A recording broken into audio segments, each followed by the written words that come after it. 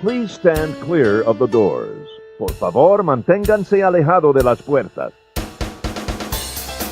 To those guests who've just joined us, welcome. Our next stop is the Magic Kingdom.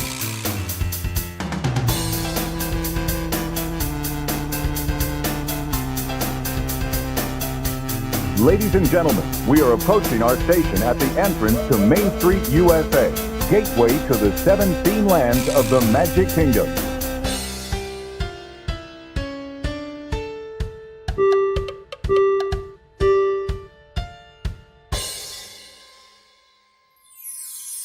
Ladies and gentlemen, welcome aboard the Monday Morning Monorail podcast. This is Justin Monorail, and with me are two members of the Monorail family. To my right is Garrett. And across the table from me is Sam. Yeah, how's everybody doing tonight? Good. Feeling good? Yep. So we're recording on a Sunday. We've spent the day at a water park. We're all sunburnt and tired. And I'm hoping that we can power through this episode with a good amount of energy and make it fun and entertaining for everybody. We're fine. So, all right. Today, as you listen to this, it is July the 9th, and this is episode number 12 of the Monday Morning Monorail podcast. One of the things we didn't do last week, we didn't do a July preview. We're now already over a week into July, and we're going to do it now. Okay. So, here it is. It's hot, it's crowded, and there's going to be a storm every single day. That's your July preview for the Walt Disney World Resort. I'm just kidding. No, I do have a couple of things I wanted to mention that are going on through July. Of course, the Incredible Summer event is still going on, and it will end on September 3rd. The other thing that's still going on is the Disney After Hours hard ticket event at the Magic Kingdom Park for July. There's actually one today, Monday, July 9th. And then the next three are July 14th, July 21st, and July 28th. One of those days, I'm not going to say which one, is a day that will be there, July 28th. Wait, what's a hard ticket event? That's the night where you get the access to Magic Kingdom late after hours, and it's a limited crowd. It's not a special party per se. It's just late night Magic Kingdom. Right. We talked about it. Yes. We've considered it. We are I will tell going you, back and forth. I will tell you that if they ever do another 24-hour Magic Kingdom event, I'm doing it. I know you said you couldn't do it. I'm doing it. I'm tired, and it's like 8:30 at night. Well, I know. 9:30. I would love to be able to spend 24 hours in the Magic Kingdom. That would be cool. Would you be in, Garrett? Yeah, because right now I'm not tired, I'm just exhausted. You think you could do 24 hours in the Magic Kingdom and not sleep or nap? You could catch a nap on the People Mover or maybe in the Hall of Presidents. Yeah. I think I've made it 24 hours normally. Without before. sleeping? I'm an old man. I can't do it anymore, but I think for the Magic Kingdom I could pull it off. I really don't even think I would try. Yeah. I would have to take a break. I 100% think I could. I think I could do it. I would need a lot of Joffrey's coffee. Yeah. Or Starbucks. I just need, like, Mountain Dew. Yeah. You'll be all hopped up on Mountain Dew. They'll come at you like a spider monkey. Wow. That was out of nowhere. It was Talladega Nights. You should really see that movie soon. Oh my gosh. The other thing that's ongoing is Disney H2O Glow Nights every single Thursday and Saturday from 8... You drink a lot of water and then you glow. Not necessarily, because you wouldn't want to drink the water at Typhoon Lagoon. 8 p.m. to 11 p.m. Every Thursday and Saturday at Disney's Typhoon Lagoon, and I do not recommend you drink the wave pool water. Oh, well. Yeah. I love wave pools. Yes, you do. You spent a lot of time in one today. Mm-hmm. And your cheeks tell the story. And I would also not recommend drinking that water. Don't I drink saw the water. A lot of people spit in it. Yeah.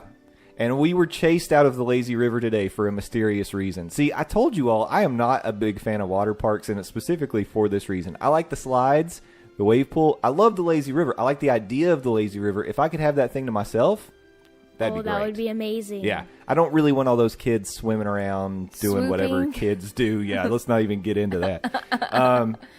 The other thing I want to mention, don't forget Mickey's Not So Scary Halloween Party starts on August 17th. It is early, but I think Yeah. it gives people a chance to really, see what it's like there. It's kind of fun. I really want to do it sometime. And I may or may not have submitted a few questions to Disney Media Relations about the upcoming Halloween party, so we'll see if I can get some information. We're talking about doing a Disney Halloween party episode, which would be pretty fun. I think so. We might have to bring on a special guest who's attended one and can Yes. give us some insights. So that's all the events. Let's talk refurbs really quick. So activate the refurbishment skeletons. The only thing that I'm aware of right now is Magic Kingdom Stitch's Great Escape is still closed and may never return. Are they not going to do anything with it? Oh, they'll do something with it, but Stitch may not ever No, come back. I loved that. Well, I You were loved in the it right too. demographic for that ride.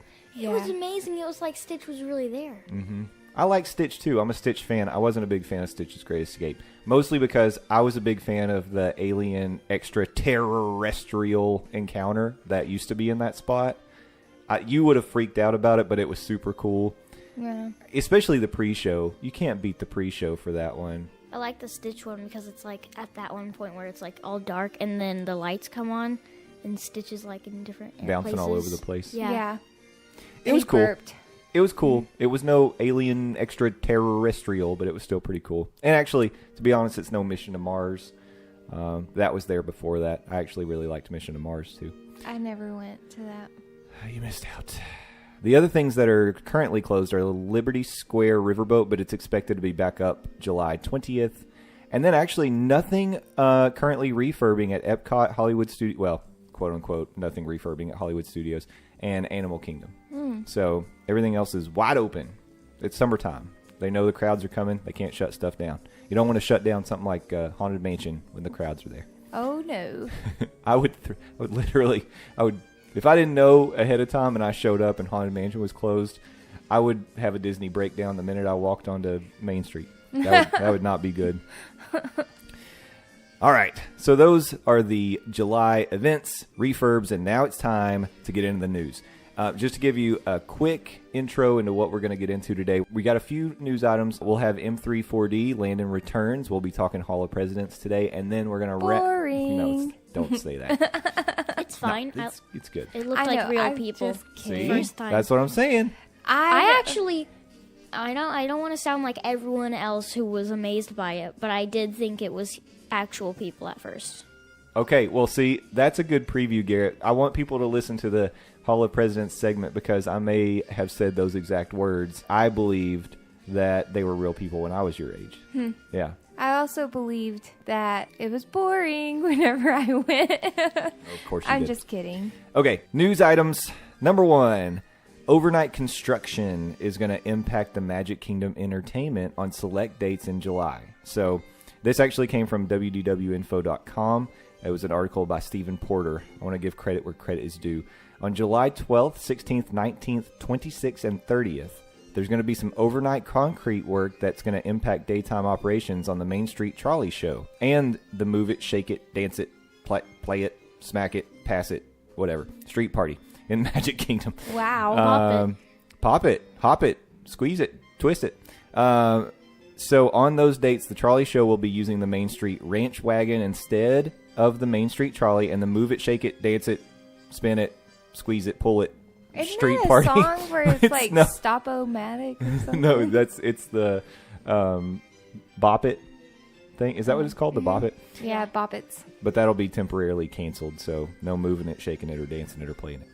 That's number 1. Number 2, Snapchat is launching augmented reality experiences in Disneyland. It says Disneyland and Universal Studios, but as I read this, I believe that it's going to be in the Magic Kingdom at Disney World as well.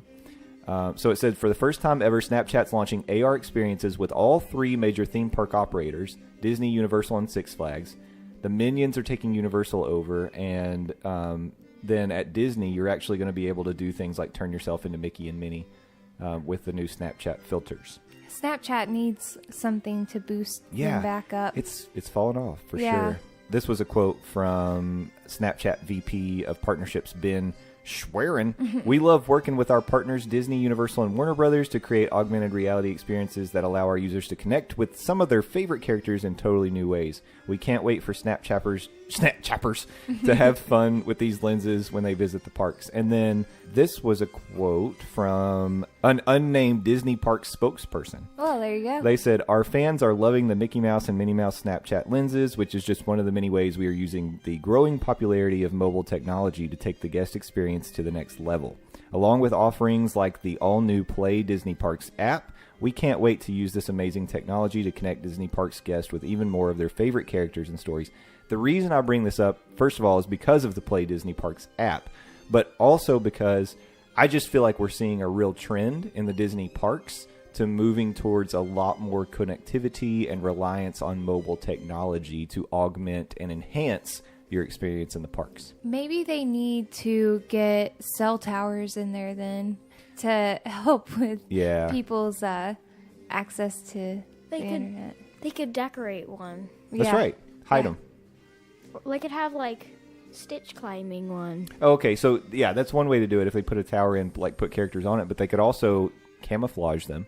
Yep. You know, because they're going to, like in the Star Wars Galaxy's Edge at Hollywood Studios, the Black Spire Outpost is all these, like, I think the spires are supposed to be petrified trees.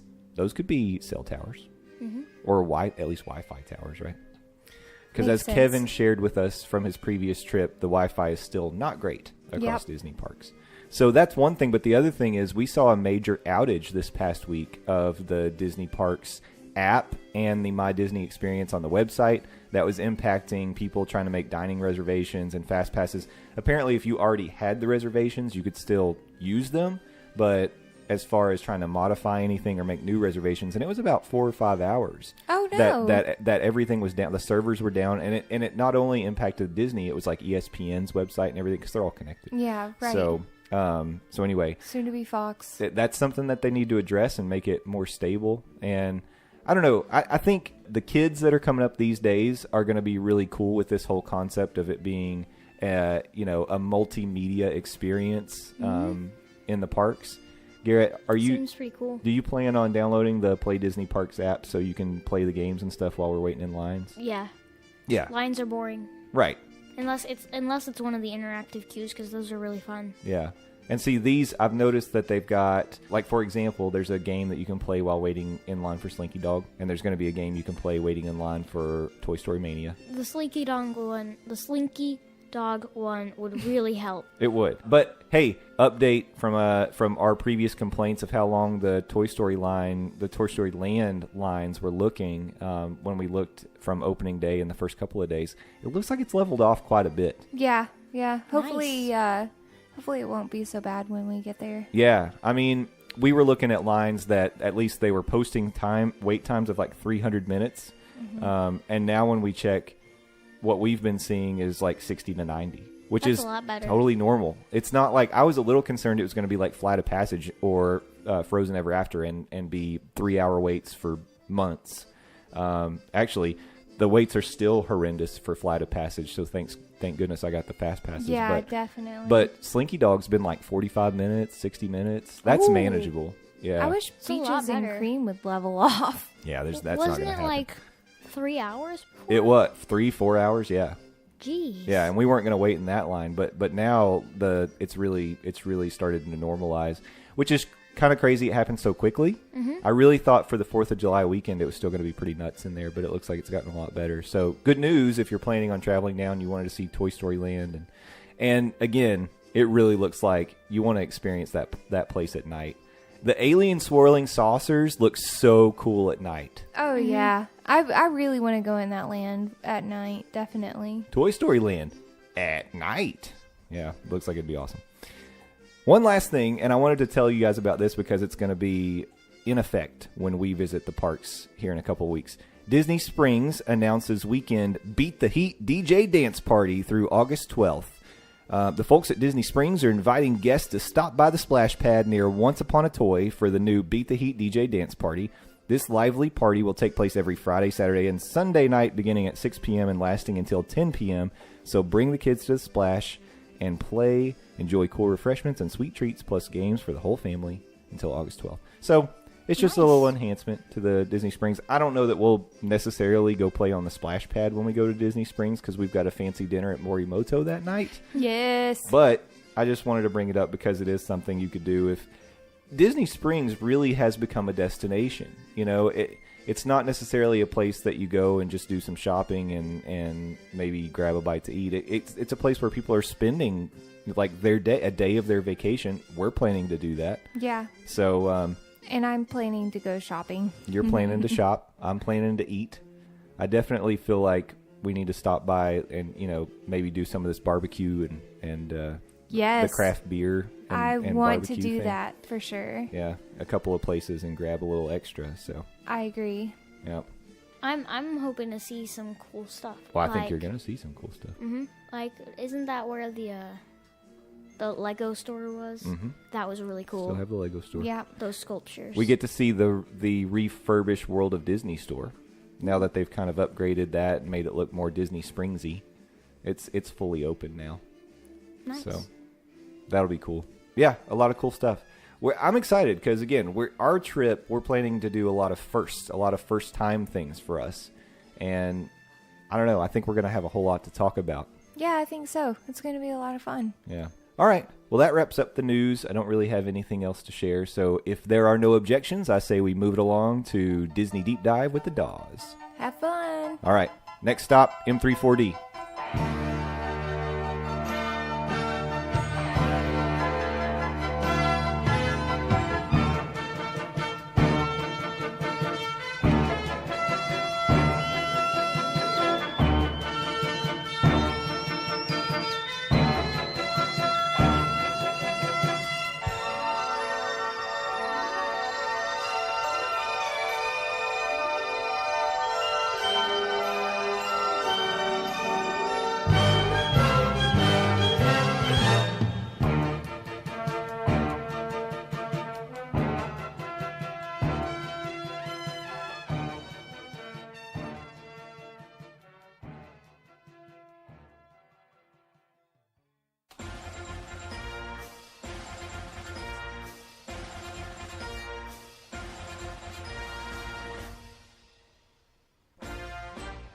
Ladies and gentlemen, welcome back to the Monday Morning Monorail podcast. This is M3-4D, or as we like to call it, the Disney Deep Dive with the Dawes. Joining me, because he is the fourth piece of that alliterative title, is the Dawes himself, Landon the Dawes Doan. Landon, welcome back to M3-4D and the Monday Morning Monorail. Hey, glad to be back, and don't blame me. I voted for Kodos. Fair enough. We will keep the blame squarely somewhere else. Well, you might be wondering, why am I hearing Hail to the Chief right now? Very loudly, I want to point out. It is. It's blasting. It's blasting Landon out. In fact, I'll fade it down just a little bit for us. Like America and freedom, it's coming to overtake you and overpower you whether you want it to or not. Had to be a better way to phrase that. That's right.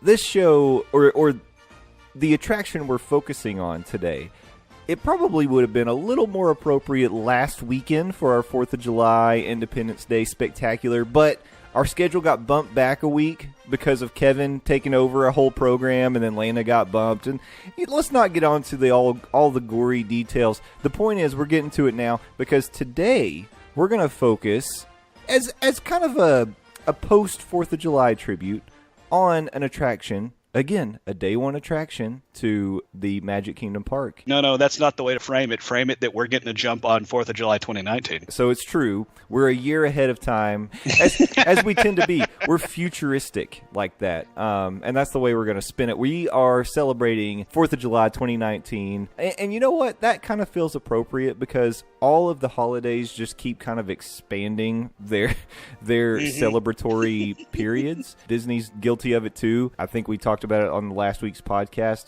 that the Halloween parties are starting August 17th this year.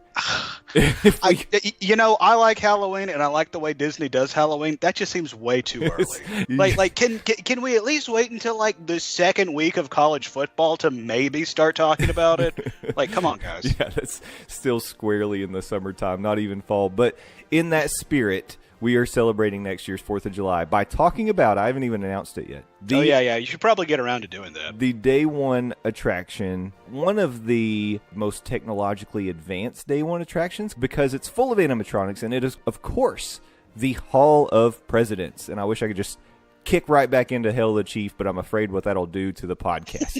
So Yeah, it nearly derailed the monorail the first time you did it. So, yeah.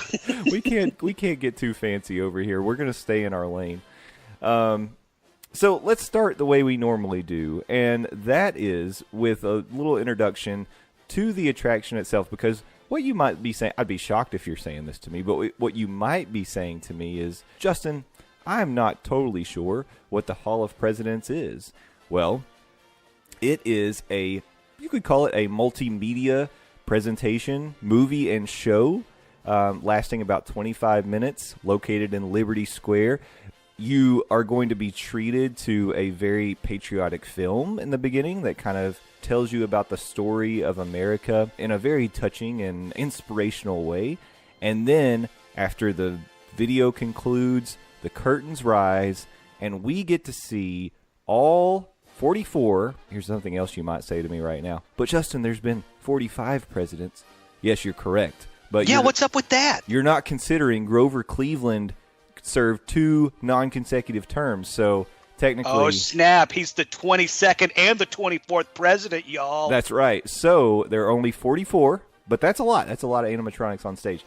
Presidents that you get to see. I'll tell you, when I see this, every time I saw this show as a kid, I was sitting there going, all right, some of those people on stage are real, right? They have to be. Because all of them are so naturally just kind of, they're either sitting or standing, they're looking around, they might be fidgeting a little bit, their heads move, their hands move, they make these little, just what we would consider to just be, we wouldn't even think of the movements that we're doing because they're subconscious. But when you put little ticks. Yeah, when you put that on an animatronic, all of a sudden it makes it more lifelike, and they do that, and it really kind of brings it to life. I want to ask you, I know you said you think you maybe only saw Hall of Presidents one time. When you think back to that experience, did you know that all of the presidents on stage were animatronic, or were you wondering if some of them were people as well, or is it just me being a dumb kid? I knew they were animatronics, but the one time I did see it when I was younger, I do remember being impressed. I'm not going to go as far as say I was convinced, Teddy Roosevelt was a real guy up there hanging out with a bunch of robots. But at the same time, I still remember being very impressed at what Disney was able to do, because they are extremely lifelike. Yeah, it's really amazing. You're sitting at the right distance too. Like, you're not just sitting like right up underneath them, because I think if you got super close, it would be really obvious. Yeah, I do think if you were up closer to the stage, it would kind of, show the illusion and stuff like that. Right. Disney does their magic. They keep you at the right distance. The lighting is such that when you're looking at it, it looks very, very real. And what they do, so the curtain rises, you get to see all the presidents on stage all together. They go through, they introduce the presidents in order, and they all get a little spotlight. They get to do a little head nod for you, a little wave, whatever it may be. After they're all introduced, we get to hear a speech from George Washington. And the show has changed through the years. It used to be that we heard from Abraham Lincoln and George Washington and then the current president. Now we hear from George Washington and the current president. Donald Trump, of course, has been added to the Hall of Presidents now, and he delivers the oath of office as kind of the last piece of the presentation. The show in total lasts about 25 minutes. The show building that you go into, this is one of the pieces, one of those Disney details that I really enjoy. It's supposed to look like the Philadelphia Independence Hall, and I did a little research on this because I've always understood that to be the case, but today I pulled up a picture of the Hall of Presidents at Magic Kingdom and put it side by side with Philadelphia's Independence Hall. And I got to tell you, the length the Imagineers go to make these things look authentic is so impressive. And the Hall of Presidents is no exception to that. Doing a side-by-side comparison of the pictures, I mean, you can obviously tell which is which, but I'll tell you, especially like second level up to the clock tower and then the dome at the top, it's really accurate. It looks really good. And I appreciate you doing the research in this, but is it really that surprising that Disney and their Imagineers and doing the Disney Magic, quote-unquote, trademark right there, is it really that surprising that they got almost a one-to-one replica? No, it's not surprising, but I like to bring that verification to the discussion just to say that, yes, it's absolutely true. I've never been to Philadelphia. My only way to do a comparison is to do a Google image search and bring up the Independence Hall. For me, even though it doesn't surprise me, it almost gives me that sense of, yeah, that's right. You did it, Disney. You did it once again. I never should have doubted you. So I get that. So it was a pretty good feeling when I did that today. One of the things I wanted to mention is the show runs continuously throughout the day at the Magic Kingdom. One of the ways that you can determine when the next show will start is actually the clock tower above the marquee. The time will change on the clock to tell you when the next show is going to start, so you can be ready for it. But you may not want to just try to arrive at the Hall of Presidents right when a show's getting ready to start, because before you ever go in to the Hall of Presidents, you can spend some time in the rotunda, in kind of the waiting area. There's a lot of things to see in there as well. You actually get a chance to kind of peruse an artifact collection, and they have a few different really interesting things that you might want to see. A couple of things from George Washington. They actually have some dental instruments, but they also have a beer mug from George Washington. Oh, nice. Which is kind of cool. Ironically enough, that's the one Disney park that up until recently you couldn't get alcohol in. Yeah, but they have the first president's beer mug there. What's up with that? Yeah, that's true. Kind of ironic. Yeah, kind of like Jack Daniels is made in Lynchburg, Tennessee. Lynchburg is a dry county. Yeah.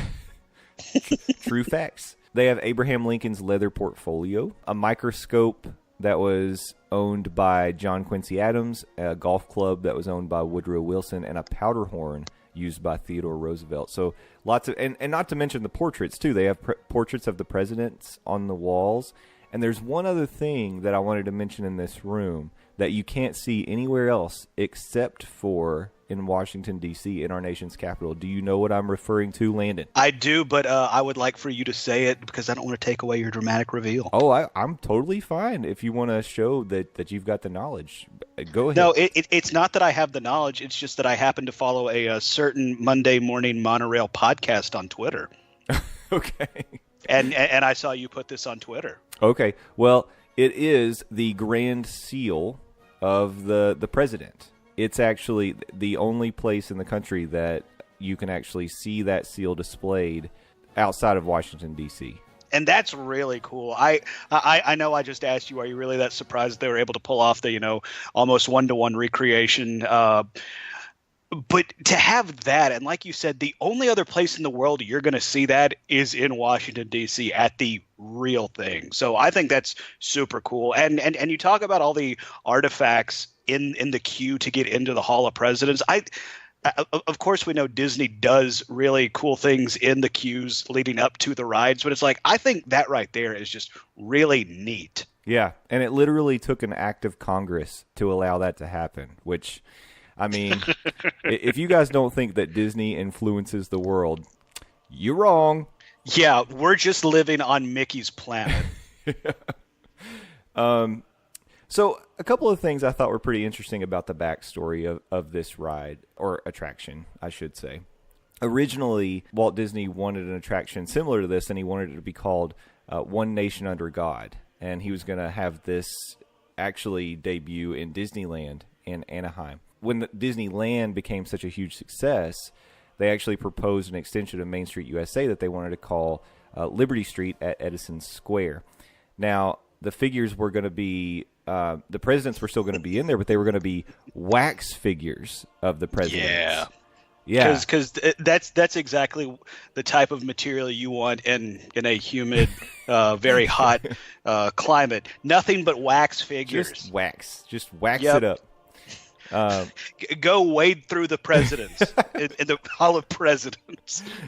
But the humidity and the heat wasn't necessarily the deciding factor why they went away from that. They really wanted the figures to be animated. They wanted them to move and look realistic. But at the time, the technology just wasn't ready to do something like this.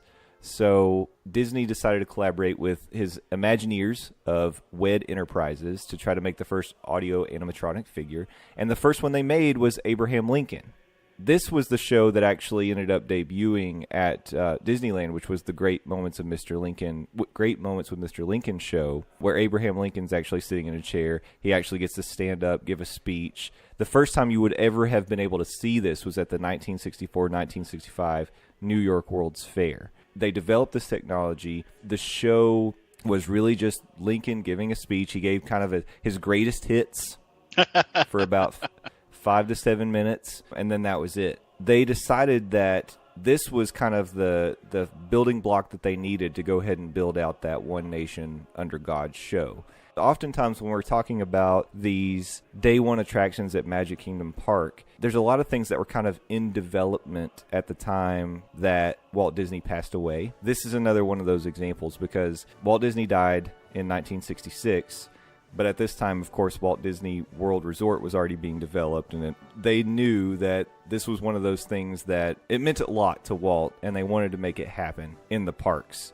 They actually created the Hall of Presidents show, kind of in honor of Walt, with all the animatronics, and they made it happen despite all the technology challenges that they had. They realized Walt's dream, and this did debut with the park October 1st of 1971. And you said it earlier, and this is something I'm sure that's going to be said many times on this podcast. The technology just wasn't there at the time. Walt Disney was ahead of his time, and I had no idea before doing research for this episode just how interested Walt was in doing some sort of like patriotic American attraction, because I mean, you mentioned the One Nation Under God, and then that evolves into the Great Moments with Mr. Lincoln, then that evolves into the full-blown, as we now know it, 25-minute Hall of Presidents show, and I just think that's really cool. Yeah. Can you imagine how he probably drove his Imagineers crazy because he was like, guys, I have this idea. I want an entire room of audio animatronics, all the presidents that have ever been, moving, standing up, talking. And that's the thing, too. I mentioned it with the Great Moments with Mr. Lincoln. So it's not like these audio animatronics are just stagnant, stationary in one place. You actually, when you get to see, like, George Washington for the first time, he's sitting in a chair in the Hall of Presidents. They introduce him, he nods. And then when it's time for him to talk, he rises dramatically to his feet to speak to the room. That's one of the things that always blows me away, because that's another one of those things that I'm like, that's the actor. That's the one right there. It has to be a real guy. Well, it's interesting you mentioned George Washington there, and Abraham Lincoln and the Donald Trump robots come into this as well, because you talk about how lifelike they are. Those three are A100 models of the audio animatronic figures, and they're considered some of the most advanced, lifelike, and expressive human figures. Like you said, you were convinced it was a real person that Walt Disney has ever built. So it's like you said, it's very cool to see it go from just an idea where Walt Disney is like, hey, I need for y'all to make me something with a technology that doesn't exist, and I need like 40 of them. Go. Yeah. To what we see now, where, like you said, when you see George Washington stand up and give his speech, it's like, okay, that's a dude. That's a dude right there. Yeah. I don't believe that the company in its culture has the ability to say no to anything. It's just like someone has an idea, they don't know how to do it yet, and they're like, okay, that's amazing. I don't know how we're going to make that happen. Put that on a shelf. We're going to do that, but not today. Yeah, we'll figure it out. We're going to circle back around to this, but that's a great idea. Yeah, and then we get things like floating mountains in Pandora, the Land of Avatar. Oh my God! Seriously, they pulled off floating freaking mountains in Orlando, Florida. Yeah, it's amazing. So we've talked about the characters that actually get to speak in the show, and I wanted to say a couple of things about that. So the narration has actually changed. I think I read this right, but correct me if you know differently. Since I think it said something like since 92 or 93, they've changed the narrator of the show every time the president has changed.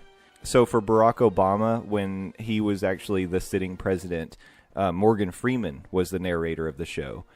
But now that... And in 1993 to 2001, Maya Angelou narrated the script and did the roll call of the presidents. Yeah.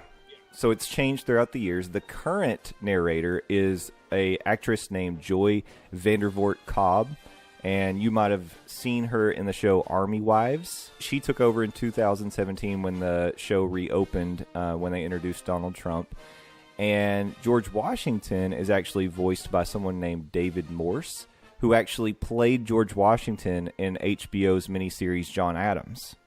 So, all right, that's fun. Yeah, so that's pretty neat. And then Abraham Lincoln, when he spoke, was voiced by Peter Renaday. And then Donald Trump is actually voiced by himself. And that's one of the kind of the cool things that Disney's been able to do. I believe it started with Bill Clinton. I'd have to fact check. Yes, okay. Every sitting president since President Clinton has voiced themselves. Okay, there you go. So that's kind of one of the. It's like when you win the Super Bowl, you get to go on TV and say, "I'm going to Disney World." When you become the president, you literally get to become part of Disney World, and you get to. I get to record myself at Disney World, everybody.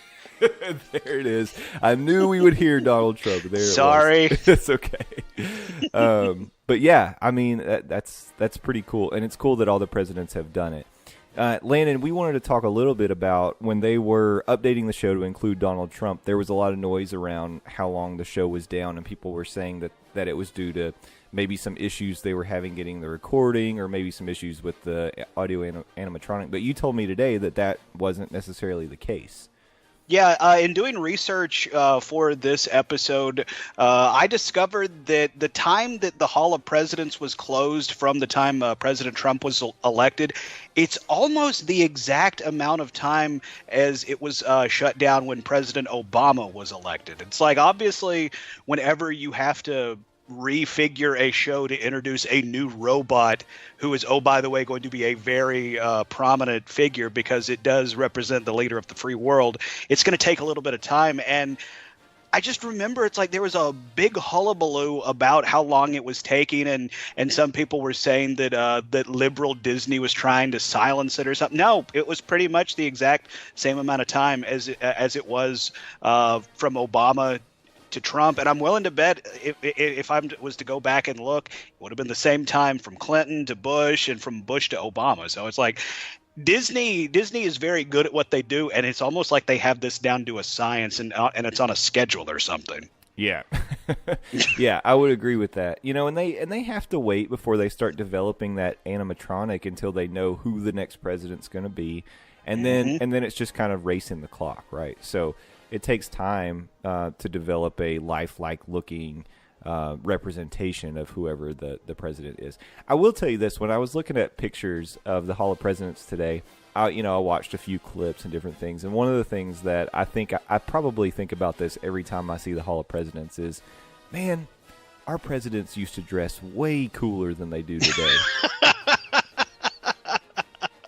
That's all I got to say.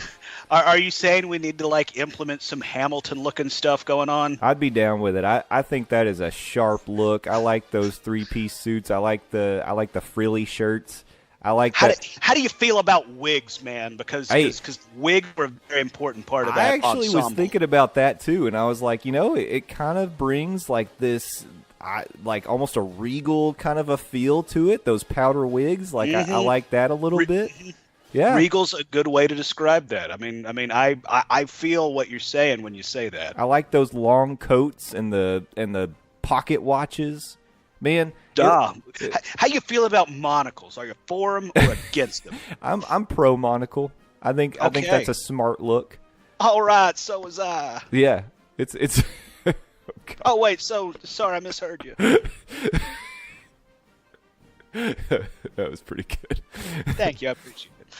But yeah, that was the thought that struck me today as I was looking at the stage full of presidents, and then I saw. I don't disagree with you. They did have a more dramatic flair with their wardrobe. They really did. They really did. Our Nowadays, you remember people gave Barack Obama all sorts of crap because he wore a tan suit. Yeah, it's like, wait, really? Anyway, I digress. Yeah, that's true.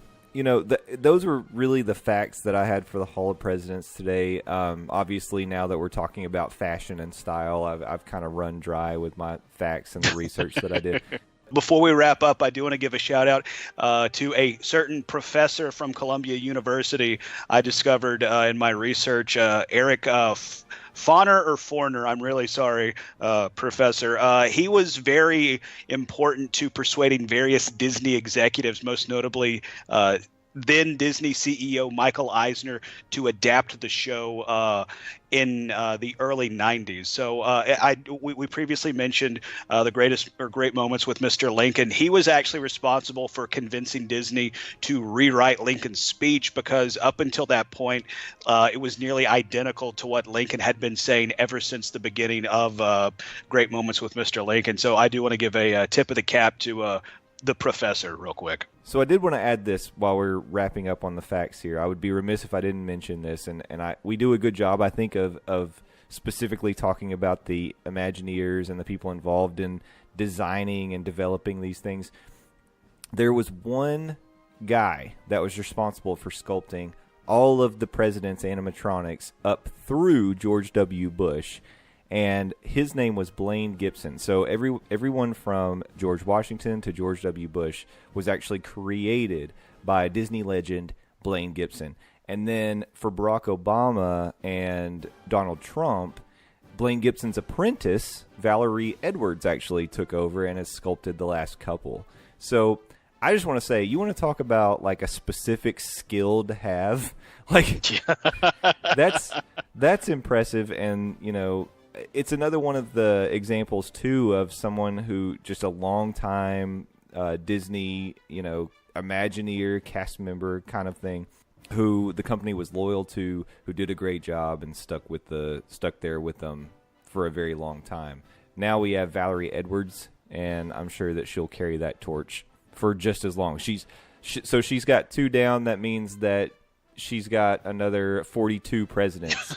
or yes, so that means she's going to live a really, really, really, really long life. So congratulations on that. Yeah, congratulations to her. So what would you say to first-timers at the Magic Kingdom Park? Would you say that it's something that you would recommend somebody do because it's part of the experience of the Magic Kingdom? I would be hard-pressed to say this is something that a first-timer needed to do.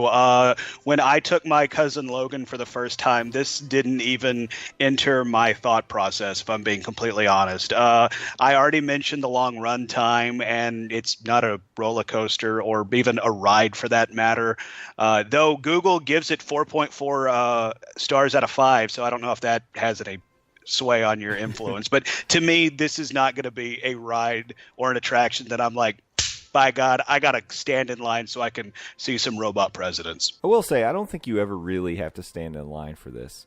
You pretty much get to cycle in. Like if you're standing in, because it's a 700 seat theater, if you're queued up for the next show, I doubt you would be in a situation where you were waiting but you didn't make it into that one. It is still 25 minutes though. That's significant, I will say. Personally, I mean, I took my kids to it.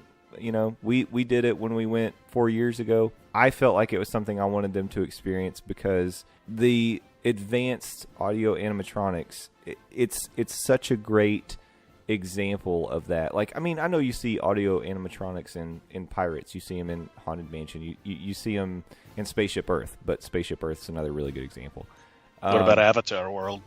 Well, that's true, but we didn't get to make it to that because that didn't exist yet. I felt like I wanted them to kind of have that same experience that I did as a kid of looking up on that stage and having that wonder in your mind of, like, are those real people or are they robots? I don't know. So I took them, and I think I would tell people, first time going to the Magic Kingdom, if you can fit it in, yes, because, like you said, it's air conditioned. It's a break. Yeah, it is. It's a break. You know, you're going to be doing a lot of walking. You're going to be out in the heat. Maybe if you can time it with that 3 o'clock thunderstorm that always comes through in the afternoon, it would be perfect. I recommend you do it. Landon says you can wait. You know, do it on your second visit. Yeah, but they do have air conditioning, and depending on how hot it is, that could change your and my opinion. That's true. Well, I think that'll wrap it up for today. Landon, thank you for joining me as always, sir. And, glad to do it. And if you all would like more Landon action, you can get that at buttmunchchips.com. He's got a couple of podcasts you can listen to. He has Near Fall Radio, which is all about the sweet science of professional wrestling. And he also has Game of Thrones Talk, or Got Talk, which is all about the award-winning HBO show Game of Thrones. So we're going to wrap it up for today. Landon, thank you once again for helping me with the Disney Deep Dive with the Dawes. Hey, glad to do it. My name's Landon Doan, and I approve this podcast segment.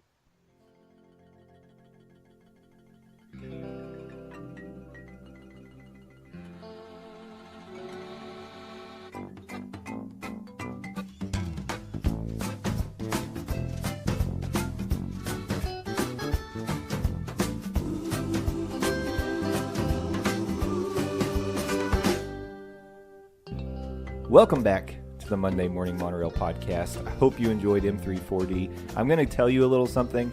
Landon and I recorded this last segment after midnight, and I was really tired. And I'm not trying to make an excuse because I hope it turned out okay. I haven't had the chance to edit it yet. But if this one seemed a little bit off, it was a late night for both of us, so we were a little kooky. Yeah, I understand. Plus, you're talking about the Hall of Presidents.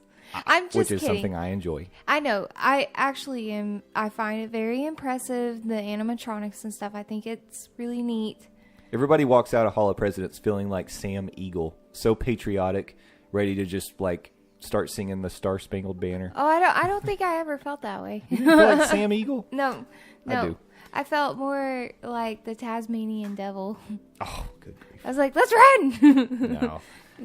Let's do something crazy fun. You walk out and you're like in an Uncle Sam outfit and you're holding an eagle, like you have an eagle on your arm. Yeah. And you're like crying tears of joy and you're like, freedom. It's so ridiculous.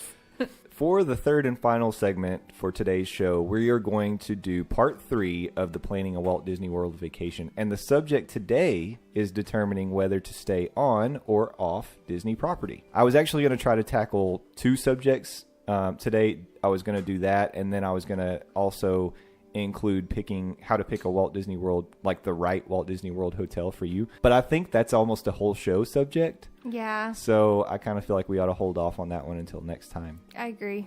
Maybe next week will be a light news week, and we can kind of focus on that one. Sounds good. All right. Staying off property can definitely be a less expensive alternative to staying on property, but there are several advantages to staying on property if you can spend a little extra cash, and you might not have to spend as much as you think to stay on property.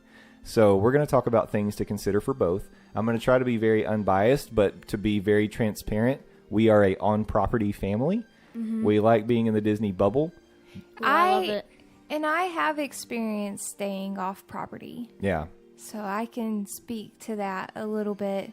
And it is a lot more convenient staying on property. It is. There's a lot of conveniences. But we're going to start by talking about the off-property option and give some pros. Well, it's cheaper. I used, which, by the way, I'm hijacking this moment. That's okay. It was cheaper because I was able to use points that Yep, I've been exactly. building up from my work travel. That's a good point. And exactly.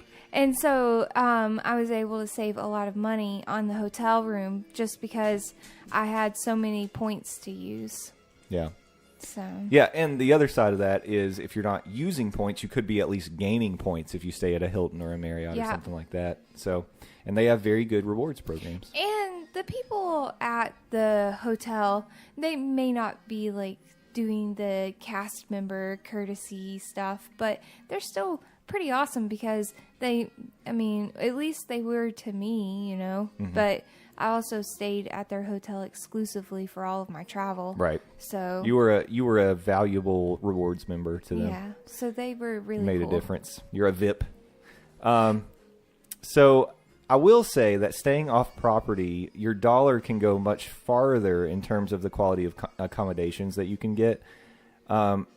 It might be important to you to stay in like a full service resort hotel that offers more amenities than just a bed and a toilet. And I mean, you'll definitely get more bang for your buck if you stay off property in that case, as competition tends to bring the off-site hotels prices down just a bit. You can also find things like last minute deals for the off-property hotels, and when they're trying to fill up rooms, and that's not something you're going to see Disney do. No. If Disney does any discounts or packages, it's announced ahead of time. Yeah. They're not going to give you last second, oh, we've got a few rooms to fill, here's a half price deal. That's not going to happen. Right. Additionally, off-property hotels might offer things like a free continental breakfast, which for a family of 4, if we're going to be eating at the Pop Century cafeteria, and it's probably going to cost us $40-$50 for breakfast. Right. So that can be significant. They could also offer shuttles to and from the airport and to Disney parks, but not just Disney parks.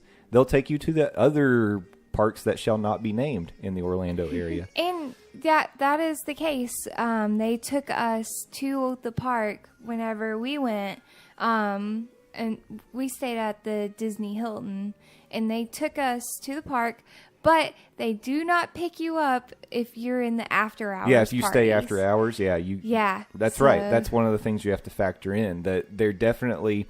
I think I even wrote down in my notes that you need to make sure that you understand the hotel shuttle's hours of operation and restrictions around destinations and things. Oh, I made that mistake. Yeah, and that's you mentioned it before that you had to call a cab. Yeah. Because you got stuck without the shuttle. I was there whenever the internet wasn't so easily accessed on your phone. Yeah. So it's easier now because you can Uber or Lyft or something. Yeah. Yeah. Totally different now. Yeah, but you may end up wanting to rent a car if you're staying off property just to have the flexibility to drive yourself and not have to worry about those sort of things. Plus, you can take advantage of going to the outlets or doing some other things like Kevin had talked about. But I think he drove. Right. He had driven down, so he Yeah. had a car. So that's something to think about as well. And I will say I realize there are people who are traveling to Walt Disney World who are going to want to do things that are outside of Disney World property. I get that. I don't understand it, but I know that people do that. So Right. And then lastly, Offsite also offers more accommodation variety. So you can always think about renting a vacation home or going with something like an Airbnb in addition to a traditional hotel. And sometimes Disney accommodations can be somewhat difficult to obtain if your groups are larger than 4. Yeah. So True. you may have to end up getting 2 rooms or something like that if you're staying on property. So it's Right. it's just something to think about. Unless you do, you can always rent DVC points and try to get a multi-bedroom villa or something like that. But it can get expensive. Right. Yeah. So those are all the pros for off property. I think there's some significant things to consider, and if you're being fair, you can save a good $1 by Yeah. staying off property. Oh, I saved a lot of money by Yeah. staying off property. Yeah. But it did stink that I didn't have a way back on the night that we were there for the Pirates and Princesses party. And The PPP. the PPP. And it doesn't have the shop, the little stores in the hotel. And They didn't sell any Disney souvenirs in the Hilton gift shop? They did, but it was very minimal. Okay. And it was equivalent to what you find in the little corners, Yeah. off to the side. It had a couple shirts and maybe a couple little But stuffed animals. nothing like the shop we had like at the Art of Animation. No, that was amazing. Oh, I loved that hotel. I know you did. You're a big A of A fan. Probably because I really like animation, so it was really interesting. It's a sweet spot for you. Yeah. All right. So now we're going to give you all the reasons that you should just decide to stay on property. Yeah, Okay. it's easy. Number 1, location, location, location. That's really what it's all about. I mean, staying on property, you're in the Disney bubble. And if your vacation plans are exclusive to Walt Disney World, you can't argue against the convenience factor of staying on property. Granted, you're going to pay the Disney premium to be in the bubble, but there are a lot of perks that go along with it. The first, transportation. Yeah. Free transportation in various forms from your Disney hotel resort to any of the Disney parks as well as some of the other locations on Disney property. It means you might not need a car at all. If you flew down to Orlando, you can take the Magical Express to and from the airport, and then from your hotel, you'll at least have access to buses, if not monorails, boats, and in the future, the Disney Skyliner, which I'm pretty excited about. I can't tell you how excited I am. Hey, Art of Animation's going to have a Disney Skyliner. Yeah. Nice. Port. What am I trying to say? A Disney Skyliner station. That's the word we're looking for. Number 2, you get extra time in the parks. Every day, a different park offers extra hours in the morning or evening for Walt Disney World Resort guests. More time in the parks with lower crowds means getting more stuff done. Yes. Now, you may be a person like me who says, okay, well, that means we're going to be there that much earlier and stay that much later. that may not be true for everybody. I know Sam's eyes start to glaze over when I start talking about things like that, because she's like, yes, we have the option to do the extra hours. We're not doing that anymore. Yeah. But it is I don't true. mind to get there early or stay a little later, but goodness, just don't make us run everywhere. Well, with extra hours, you might be able to slow down just a little bit. It just means less sleep. I got to make sure to get us up and fill up all of our refillable mugs with coffee and get us out the door. Yes. Number 3, the dining plan. So if you book your stays through Disney, then you can package things with your hotel like the dining plan. Now, we've talked in the past about the dining plan. The way that you really maximize your value is by getting the most expensive thing. Eating every meal, getting the most expensive thing you can. But some people find that it is valuable to them. Some people like to go ahead and pay for their food ahead of time, and then you don't have to worry about it while you're there. Garrett, you're nodding, so you really agree with that? Okay, I appreciate the support. The other thing is, in the fall, when they're trying to fill up those rooms, they offer free dining a lot of times. So if you stay, depending on the level of the tier of the hotel that you're staying at, you might get the quick service dining plan, the regular one, or the deluxe dining plan. Yeah. Which you have to pay rack rate for the room if you get that deal, but some people will do it because, hey, free food is free food, right? Number 4, full immersion. So when staying at in a Walt Disney World Resort, you're surrounded by Disney magic from the time you check in to the time you check out. You get Disney theming as well as the world-class Disney cast member service. And I think that's part of the big reason that we do it. Like when I go to Disney, I want to be in it the whole time. Yeah, and there's little hidden Mickeys in the rooms. There's little hidden Mickeys everywhere. Yeah. Yeah, it was amazing staying on property because the people there were so nice. Super nice. Are those all the reasons that you had? Nope. Oh, I won't interrupt then. Go. You're going to add on? That's okay. You can do it now if you want. Nope. Let's hear what you got. Okay. But I was going to say, more than likely you're going to pay a little bit more, but it's all about what's important to you and your family, and you don't have to break the bank either. And we're going to get into that when we talk about the different hotels and options that you can stay. Obviously, when we're going this time, we are staying at the Pop Century Resort. Our hotel room is averaging like $140 a night while we're there. Yeah, that's pretty average for a hotel room. That's pretty good. Now, you could probably stay at the Hilton for maybe $80, $90 a night. Yeah. We're paying maybe $50 more for a value. The quality of the accommodation is lower. We're paying more, but not that much more. And we're in the Disney bubble. So for us, we find value in that. But here are a couple other quick things, and then I'll give you the floor. Early access to advanced dining reservations and Fast Pass Plus reservations. Yeah, that's nice. So for guests staying at the Walt Disney World Resort, you can book dining reservations 180 days in advance of your check-in for the length of your stay up to 10 days. But you still can't get beaches and cream. Right. Now, here's the thing about it. 180 days is the same reservation period that people staying off property have, but they only get that 180 days. Now, if you're staying at a Walt Disney World Resort, you get 180 days plus the days that you're staying. So if you're staying 10 days, you get at the 180 day mark from your check-in, you can book restaurants that day plus all the rest of the nights that you're there, which means you have exclusive access to the additional nights. Oh, cool. Right? So that's a pretty big advantage. The other one is for Fast Passes. So Walt Disney World Resort guests, they can reserve Fast Passes 60 days in advance of their check-in day. All other guests book Fast Passes starting at the 30-day mark. Yeah. Oh, that's cool. Right. So staying has its perks, right? It does. Definitely. So like I said, we're going to stay how to pick the right resort for you for the next episode because there's a whole lot to talk about, and I feel like we could get into really deep detail probably about each resort. Yeah. We'll probably start by talking tiers and then get into maybe we'll do like a greatest hits of the tiers or something like that. We'll figure it out. I might be a bit biased. You might be. Well, you already know your value pick. It's like the value plus the art of animation. All right. Those were my advantages to staying on property. Sam, you missed what did one. you want? Okay, go ahead.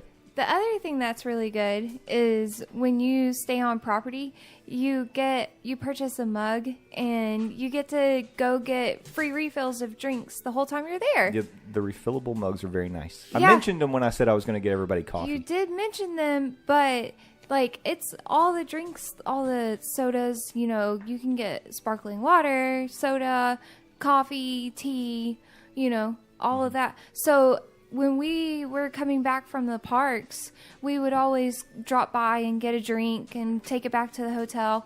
And then we'd go out, go to the pool, drop by, get a drink. That, when drinks are $2.50 a piece, that adds up so fast for a family of four. It really does. Yeah, it we really didn't does. have to worry about that while we were there. It does. That is a good perk. And It's not like significant. No, it's pretty good. It's valuable because you're right. The small things can add up, and we not only did we use them out, and the way they work typically is you buy them at your resort, and you can use them at resorts that have the refillable mug stations. You Right. can't use them in the parks. No. But what we did was we took our mugs to the parks and used them for water. Yep. Because you're allowed to do that. Every place in all the parks will give you free ice water. Mm-hmm. So we used our mugs to get our water throughout the day because it's important. Like I said, it's July, heat. You need to hydrate.